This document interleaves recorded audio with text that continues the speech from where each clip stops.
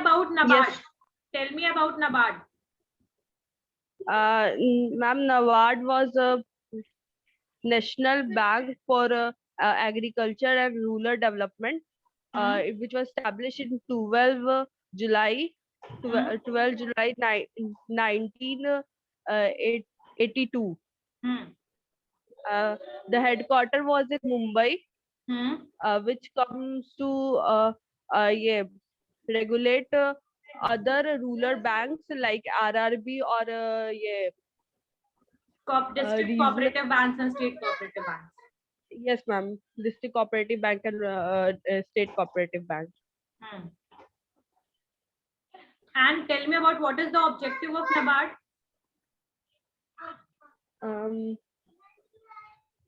Ma'am, NABARD provide training to the worker of other RRB is like banks, and also provide licensing. It is a epic body which comes under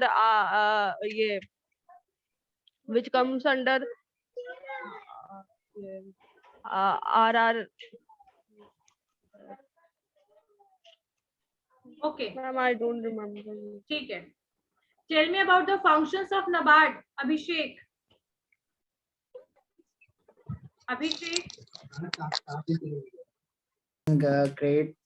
Credit facility, or it helps in giving training also for RRB and small scale industries. Employees जो होंगे RRB के staffs होंगे उनके लिए training program भी conduct करवाती है NABARD. Okay. Next. It gives a promotion for the group. NABARD also gives priority for the promotion of inter-integrated that Youth word program. I forgot. Yes, ma'am. I forgot that. Or Integrated Rural Development Program, IRDP. Yes, ma'am. That much I only know. Okay. Anyone else want RB के बारे में बताओ प्रिया? Regional Rural Bank. Ma'am, Regional Rural Bank was established in 1979 and it was passed in 1979. No, ma'am, 1976. An act was passed in 1975. In its objective is to provide financial credit loan to farmers or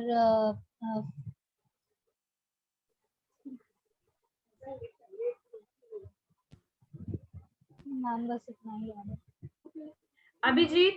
हाँ ma'am, और ये MSME को भी help करते हैं, farmers को help करते हैं, क्राफ्टमैन और एग्रीकल्चर, कॉमर्स और स्टेट डेवलपमेंट के लिए ये क्रेडिट फैसिलिटी प्रोवाइड करते हैं. Okay, Abhijit, you want to add? No collateral was required, and he was promoting MSME and he was financing to the MSME and agriculture sector also. And problem is he was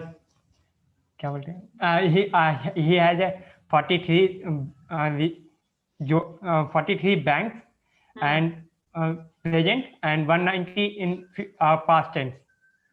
They are in the starting time, and five regional banks, and 2nd October 1975 he was established.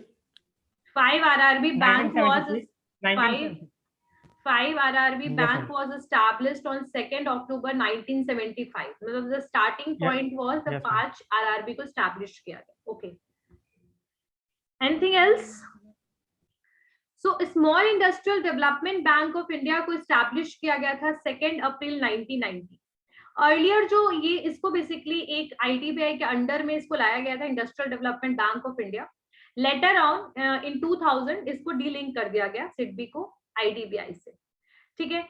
Basically small industrial development bank of India जो है basically ये इसको लाने का main reason वही था, development of rural areas as well as development of small industrial small industries, उनको loan provide करना, MSMEs को लोन प्रोवाइड करना, सिडबी भी यही काम करती थी। सिडबी के बारे में आप लोगों ने लास्ट क्लास में कहा, the responsibility of administrative small industry development fund financial institution for the promotion, financing and development of MSME sector and coordination of the functions of the institution engaged in similar activities. Okay ठीक है। जो MSME था उसका basically objective यही था, financial administration provide करना, ठीक है। अब सिडबी की कुछ सब्सिडियरीज कंपनीज भी हैं इंडिया में जो है, वो है आपकी सिडबी वेंचर कैपिटल लिमिटेड है, सिडबी ट्रस्टीज कंपनी लिमिटेड है, all these are basically SIDBI के सब्सिडियरी कंपनी है। सिडबी जो है बेसिकली ये क्या काम करता है, ये फाइनेंसिंग देता है, माइक्रो लोन्स प्रोवाइड करता है। Micro loan is the small loan, ठीक है। Small micro finance, micro loan में माइक्रो फाइनेंस में माइक्रो लोन्स आएगा। बेसिकली इसमें क्रेडिट जो होता है वो स्मॉल एंटरप्रेन्योर्स या स्मॉल बिजनेसमैन को दिया जाता है, इसको हम कहते हैं माइक्रो फाइनेंस। तो माइक्रो फाइनेंस का भी काम करता है, नॉर्मल लोन भी प्रोवाइड करता है, ठीक है। इसके फंक्शंस क्या है सिडबी के, लिखिए। पहला सिडबी का फंक्शन क्या है,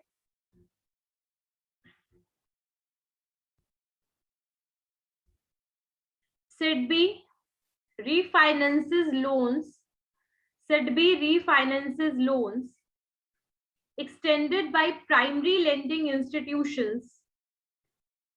SIDBI refinances loans extended by the primary lending institutions to small scale industries. SIDBI refinances loans extended by the primary lending institutions to a small scale industrial unit and resources support to them, and also provide resources support to them. SIDBI refinances loans extended to the primary lending institutions to the small scale industrial units and also provide resources supports to them. SIDBI जो है यहाँ पर एक word आ रहा है primary lending institution. Primary lending institution basically वो सारे institutions हैं जिनको मेंशन किया गया है, ठीक है। गवर्नमेंट लिस्ट रेडी किया है, इसमें जितने भी आपके सरकारी बैंक्स आते हैं, इलाहाबाद बैंक हो गया, पंजाब नेशनल बैंक हो गया, फिर आपका BO और बैंक ऑफ इंडिया हो गया, SBI, सारे ये प्राइमरी बेसिकली लेंडिंग इंस्टीट्यूशंस में आते हैं। ये सारे प्राइमरी लेंडिंग इंस्टीट्यूशन से अगर कोई लोन बेसिकली ये लेते हैं और दोबारा से किसको प्रोवाइड करते हैं loan, small scale industrial unit को, यानी इनका जो सिडबी को जो अमाउंट या वो खुद भी लोन लेकर किसको लोन प्रोवाइड करते हैं, स्मॉल स्केल इंडस्ट्रीज को। पहला function. Second function, SIDBI discount and rediscount bills, SIDBI discounts and rediscount bills arising from the sale of machinery to or manufactured by industrial unit. SIDBI discount and rediscount bills arising from sales of machinery to or manufactured by industrial unit in small scale sector. यानी SIDBI basically discounted bills वगैरह, जो आप लोगों ने पढ़ा होगा, discount bills वगैरह पढ़ा है अकाउंट्स में, क्या होता है?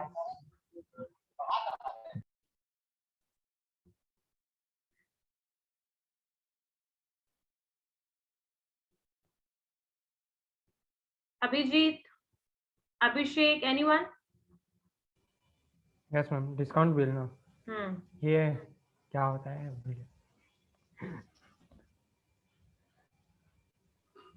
क्या होता है? कूपन नहीं, क्या होता है?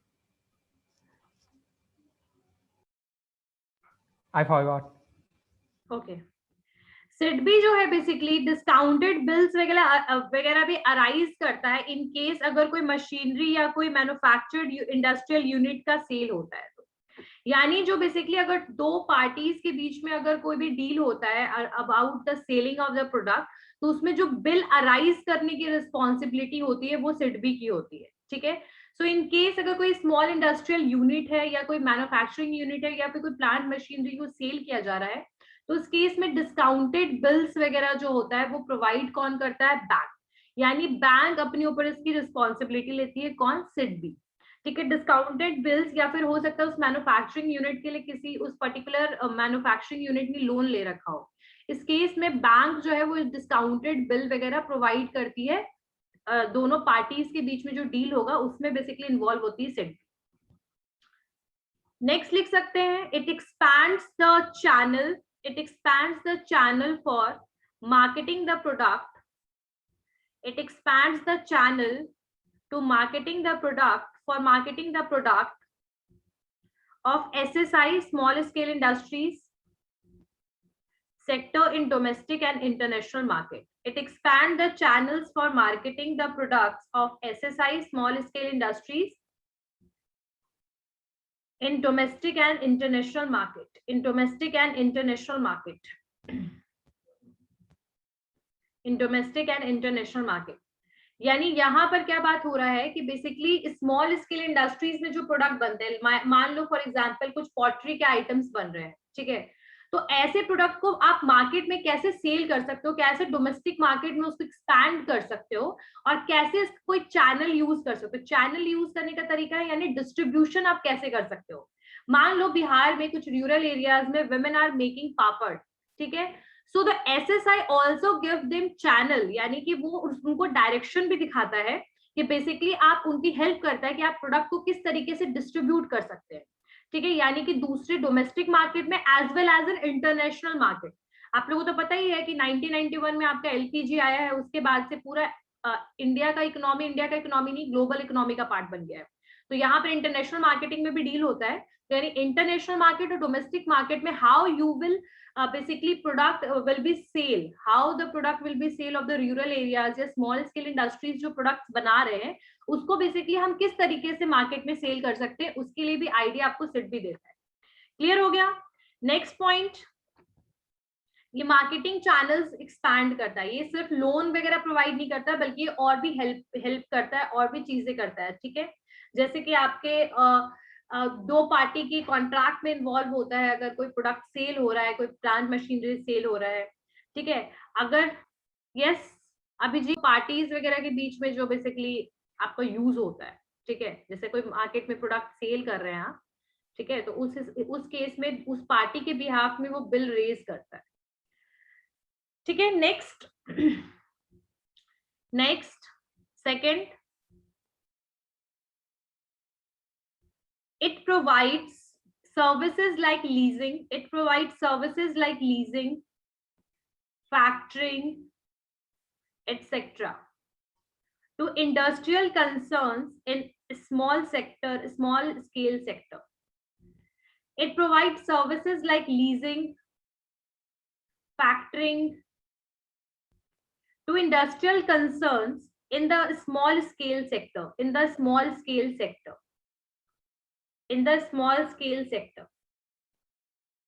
Acha, what is the meaning of leasing? Anyone have idea what is the meaning of leasing? See, there are two Lending. words. हाँ, लीजिंग मतलब रेंट मतलब? No, it's not exactly renting. Rent और leasing में मैं यही बताने वाली थी कि रेंट और लीजिंग में डिफरेंस होता है। सी रेंट इज समथिंग जहां पर आपका एक अमाउंट मंथली या फिर एक बोल सकते हैं शॉर्ट टर्म के लिए फिक्स होता है, ठीक है। जैसे मान लो कि आपने साल में एक बार रेंट लिया, वो रेंट में आएगा आपके, या फिर आप मंथली रेंट लेते हो, ठीक है, monthly rent. Leasing is something जहां पर आपका 99 इयर्स के लिए कोई चीज आपको मिल जाए, लाइक मशीनरी हो गया, बिल्डिंग हो गया एंड ऑल, तो लॉन्ग टर्म के लिए होता है, वो रेंट होता है बट वो लॉन्ग टर्म के लिए। तो रेंटिंग और लीजिंग में डिफरेंस है। तो यहाँ पर जो सिडबी है बेसिकली वो लीजिंग की फैसिलिटीज भी प्रोवाइड करता है, ठीक है। फैक्ट्री वगैरह को लीजिंग या फिर स्मॉल स्केल इंडस्ट्रीज को कोई मशीनरी वगैरह चाहिए तो उसके लिए लीजिंग की फैसिलिटी वगैरह भी सिडबी प्रोवाइड करता है, ठीक है। तो यहाँ पर जो नेक्स्ट पॉइंट हुआ आपका, to promote the service like leasing factoring to industrial concern, यानी जो इंडस्ट्रीज में डील करे, स्मॉल स्केल इंडस्ट्रीज है, फिर यहाँ पे छोटे मोटा जो काम करे जिनको मशीनरी वगैरह की जरूरत है। आपको मैं एग्जाम्पल के लिए बता दूं, खैर ये रूरल एरिया से रिलेटेड नहीं है, लेकिन जो मेट्रो बना है ना दिल्ली में, उसको बनाने के लिए जो मशीनरी लाया गया था वो बेसिकली लीज पे आया था जापान से, ठीक है। तो ये चीज जो होता है लीजिंग का मतलब यही होता है कि जो मशीनरी को आप परचेज नहीं कर सकते या जो इंडस्ट्रीज बिल्डिंग नहीं खरीद सकता, उस केस में वो लीज पे ले लेता है एक अमाउंट दे करके, ठीक है। तो ये होता है लीजिंग। तो ये लीजिंग की भी फैसिलिटी कौन देता है? सिडबी देता है। नेक्स्ट पॉइंट लिखिए, नेक्स्ट पॉइंट लिखिए, SIDBI promotes state level venture fund. SIDBI promotes state level venture funds in association with respective state government. SIDBI promotes state level venture fund. SIDBI promotes state level venture funds in association with respective state government. यानी state level के लिए जो भी venture के लिए fund आया, venture का मतलब यहाँ इंडस्ट्रीज के लिए जो फंड आता है उसको भी वो प्रमोट करता है, कौन? सिडबी, ठीक है। स्टेट गवर्नमेंट के साथ मिलकर दे आर प्रमोटिंग जो भी बेसिकली वेंचर के लिए जो फंड वगैरह अराइज करना है उसको, स्टेट लेवल वेंचर फंड को बेसिकली वो प्रमोट करता है, ठीक है। और ये क्यों प्रमोट करता है? क्योंकि उसी अमाउंट से बहुत सारी इंडस्ट्रीज को स्टैब्लिश किया जाएगा। तो सिडबी के काम समझ आ गए, small industrial development bank of India क्या क्या काम करती है। सो देयर आर और भी थिंग्स, चीजें हैं जैसे कि इनिशिएट करती है टेक्नोलॉजिकल अपग्रेडेशन हो गया, मॉडर्नाइजेशन वगैरह को भी अपग्रेड करती है एग्जिस्टिंग यूनिट में। तो you can also write about that the SIDBI also facilitate the technological upgradation and modernisation of, SIDBI also initiate the steps to technological upgradation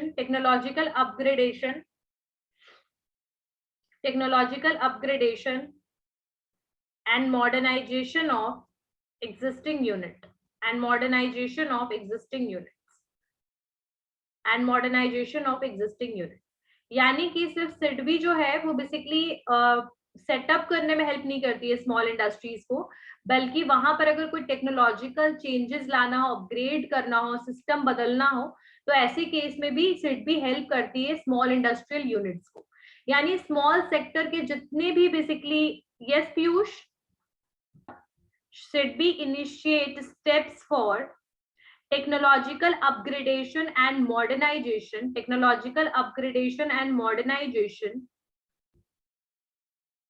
of existing units। यहाँ existing units का मतलब यहाँ पर small sector units की बात हो रही है, ठीक है, स्मॉल इंडस्ट्रीज की बात हो रही है, ठीक है। सबको क्लियर हो गया what is the meaning of small SIDBI, small industrial development bank of India? उसके ऑब्जेक्टिव क्या है, उसके फंक्शंस क्या है, कब एस्टैब्लिश हुआ था, क्यों एस्टैब्लिश हुआ था, सबको क्लियर हो गया। नेक्स्ट टॉपिक पे आइए, MSME, micro small medium enterprises. Micro small medium enterprises, micro small medium enterprises.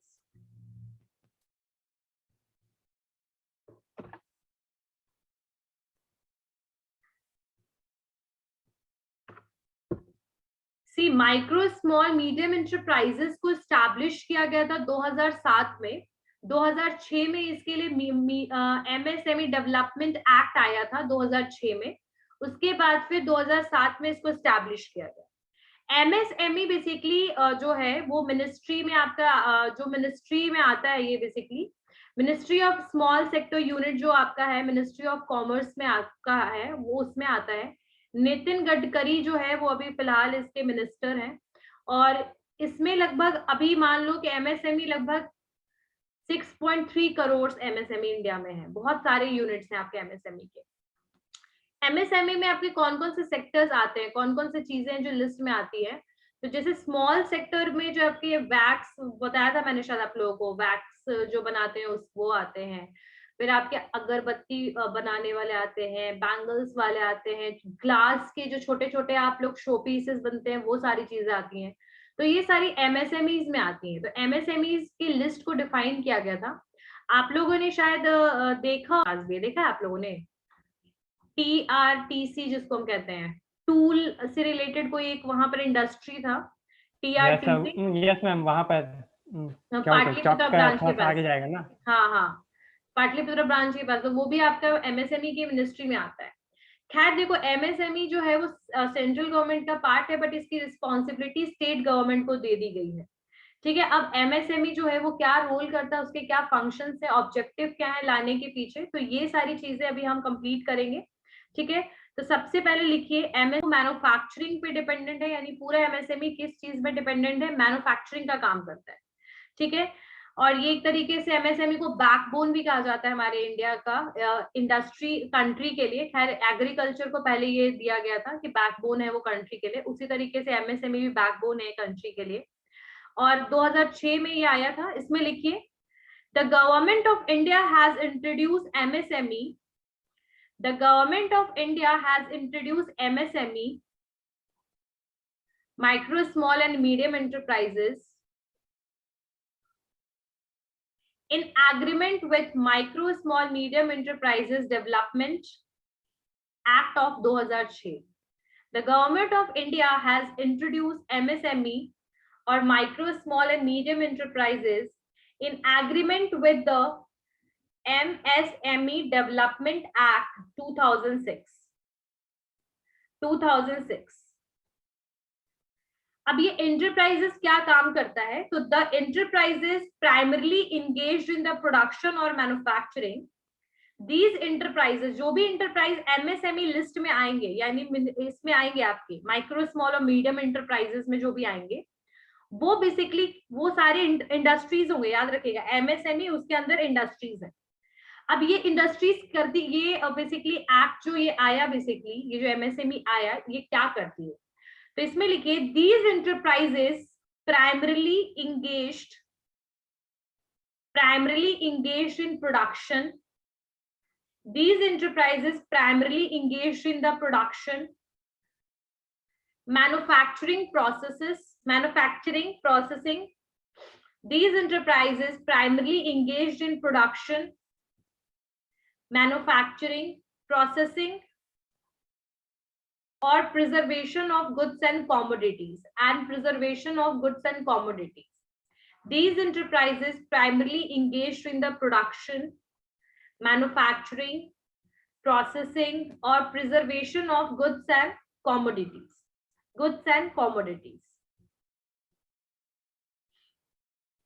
ठीक है, ये बेसिकली एक एमएससी में जो है वो एक सोशियो इकोनॉमिक डेवलपमेंट का पार्ट है, यानी कि सोसाइटी में डेवलपमेंट लाने का काम कौन करता है, एमएसएमई। ठीक है, ये सिर्फ और सिर्फ एम्प्लॉयमेंट को जनरेट नहीं करता, it is not only generating the employment, but it also work toward hand to hand development in nations backwardness in rural areas.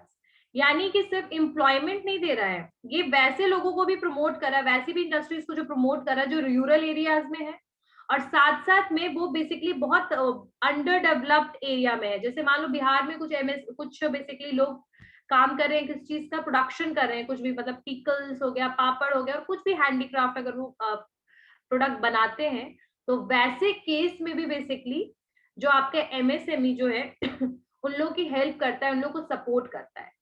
तो इसमें लिखिए, MSME contributed in socio-economic development. MSME contributed in socio-economic development. MSME contributed in socio-economic development. It generate employment. Socio economic development में help करता है, employment generate करता है, it develop employment या generate employment,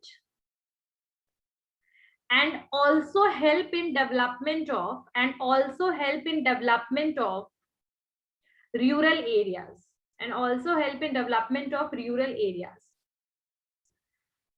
2018-19 के हिसाब से लगभग 6,08,41,245 एमएसएमई है इंडिया में। 6,08,41,245। मैंने तो बताया था 6.3 लगभग करोड़ के अराउंड अब आपका एमएसएमई इंडिया में है। मतलब गवर्नमेंट ऑफ इंडिया का जो रिपोर्ट है ना 2019-20 18-19 वाला, उसके हिसाब से तो इसमें लगभग उतना ही है, 6,08,41,245 एमएसएमई।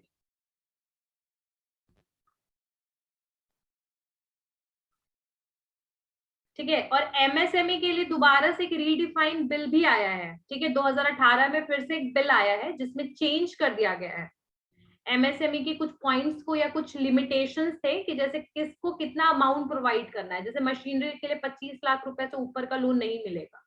तो एमएसएमई जो है बेसिकली उसमें एक नया चेंज आया है, दैट इज एमएसएमई बिल आया था, अमेंडमेंट बिल 2018 में। ठीक है, उसको रीडिफाइन किया गया। और पहले चेंजेस क्या क्या आया है कि 2006 में अगर कोई माइक्रो इंटरप्राइज है, इसमें तो 3 है ना, medium, small and micro.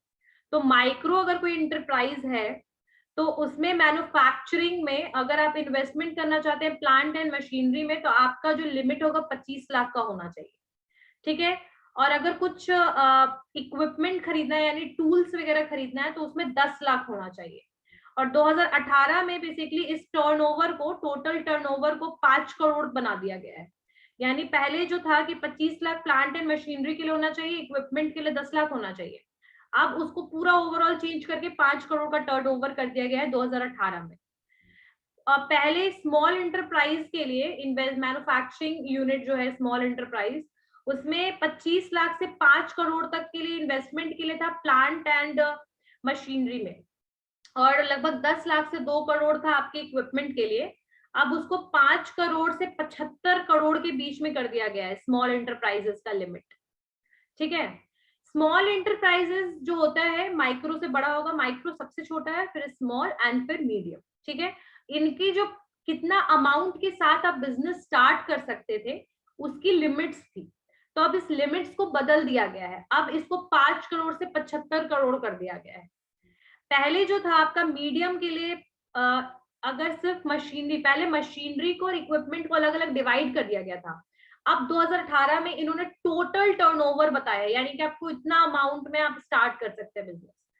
Medium enterprise के लिए इन्वेस्टमेंट प्लांट एंड मशीनरी में था 5 करोड़ से 10 करोड़, अब इसको कर दिया, और इक्विपमेंट में था 2 करोड़ से 5 करोड़, अब इसको कर दिया गया 75 करोड़ से 250 करोड़, यानी कि लिमिट्स को इंक्रीज कर दिया गया है 2018 के अमेंडमेंट में।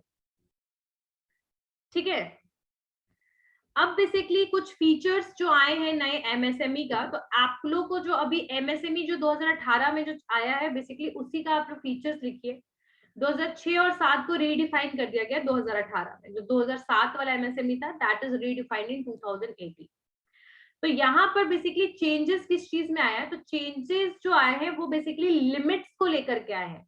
यानी अर्लियर जितने लिमिट्स थे उस लिमिट्स को बढ़ा दिया गया है, और प्लांट मशीनरी एंड इक्विपमेंट को डिफरेंटली क्लासिफाई नहीं किया गया है, एक ही में ओवरऑल बेसिकली टर्नओवर बता दिया गया है। ठीक है, कि आप कितने अमाउंट से बेसिकली, अब कितने अमाउंट तक होना चाहिए आपका बिजनेस। ठीक है, आप कितने रुपए से शुरू कर सकते हो, कहाँ तक लिमिट हो सकता है, ये डिफाइन था, तो उसको बेसिकली रीडिफाइन कर दिया गया है। अब यहाँ पर कुछ फीचर्स है एमएसएमई के, वो क्या क्या है। फर्स्ट फीचर लिखिए, एमएसएमई की एक लिस्ट है, मैं आप लोगों को लिस्ट भेज दूंगी, उसमें लगभग 100 समथिंग जो आपके एरियाज डिफाइंड है कि आप कौन कौन से एरिया में अपना इंडस्ट्री स्टार्ट कर सकते हो। उस केस में बेसिकली एमएसएमई लोन प्रोवाइड करता है। ठीक है, और बिजनेस आप कितने रुपए से शुरू कर सकते हो इसके बारे में भी एमएसएमई बताता है इंडस्ट्रीज को। ठीक है, तो इसमें फीचर्स लिखिए कि फीचर्स क्या क्या बेसिकली 2018 में बन गए हैं आपके एमएसएमई के। तो अब provision for collateral free loan to MSME, एक प्रोविजन लाया गया एमएसएमई में कि जो एमएसएमई, यहाँ एमएसएमई में 2 टर्म है, एक तो एमएसएमई लोन भी दे रहा है, एमएसएमई के अंडर में जो भी आपके एमएसएमईज आते हैं यानी जो इंडस्ट्रीज आती है, इसलिए थोड़ा कंफ्यूजन हो सकता है। अब provision for collateral free to MSMEs, यानी कोलैटरल फ्री लोन का मतलब है बिना एविडेंस के, यानी बिना कोई प्रॉपर्टी लिए हुए, बिना कोई एविडेंस बैंक लिए हुए, एमएसएमई बिना कोई एविडेंस लिए हुए एमएसएमई के अंडर में जो भी यूनिट्स हैं उनको लोन देगी, यानी बिना कोई एविडेंस के। जैसे आप कभी कोई लोन लीजिएगा, चाहे एजुकेशन लोन लीजिए कुछ भी, तो you have to give some चीज इन गारंटी। तो यहाँ पर कोलेट्रल फ्री लोन की सुविधा दी गई है 2018 के एमएसएमई में, कि जो भी एमएसएमई यानी इंटरप्राइज, वैसे इंटरप्राइजेज हैं जो डिफाइंड है एमएसएमई के लिस्ट में, तो वैसे इंटरप्राइज को लोन दिया जाएगा कोलेट्रल फ्री। सेकेंड लिखिए, an arrangement of loan to MSMEs, an arrangement of loan to MSMEs worth of rupees 3 lakh crore, यानी यहाँ पर 3 लाख करोड़ का बेसिकली प्रोजेक्ट को लाया गया है, 3 लाख करोड़, ताकि लोगों को या फिर एमएसएमईज को या स्मॉल इंडस्ट्रियल, जो भी स्मॉल इंडस्ट्रीज वगैरह जो है, माइक्रो इंडस्ट्रीज वगैरह, उनको लोन दिया जा सके। तो इनका पूरा जो प्रोजेक्ट है वो कितने करोड़ का है? 3 लाख करोड़ का, 3 लाख करोड़।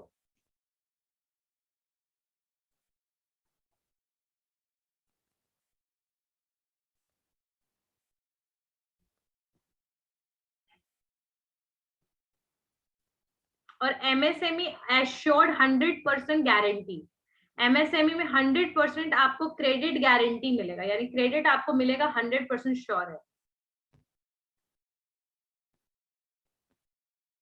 ठीक है, यानी क्रेडिट गारंटी, 3 लाख करोड़ का प्रोजेक्ट। ठीक है, ये सारी चीजें जो है आपकी कोलेट्रल फ्री लोन, ये सारी चीजों को एड ऑन किया गया है आपके 2018 के बिल में। ठीक है, अब फीचर्स ऑफ एमएसएमई, फीचर्स क्या है एमएसएमई के? फीचर्स लिख लिया ना of new MSME, feature of new MSME. अब फीचर्स लिखिए एमएसएमई के, क्या क्या फीचर्स है, क्या क्या में काम करता है ये। पहला फीचर जो है, फर्स्ट फीचर जो है इसका, फर्स्ट जो फीचर है इसका, MSME works for the welfare of, MSME work for the welfare of, MSME work for the welfare of workers and artisans. Workers and artisans जो होंगे, ठीक है, छोटे छोटे जो मूर्तियां वगैरह बनाते हैं, आर्टिस्ट हो गए, पेंटर्स हो गए, ठीक है, ऐसे लोगों की बेसिकली वेलफेयर के लिए काम करेगा कौन? एमएसएमई। ठीक है, इन लोगों को प्रोत्साहन, इंकरेज करेगा, ठीक है, इन लोगों को सपोर्ट करेगा। तो MSME works for the welfare of workers and artisans.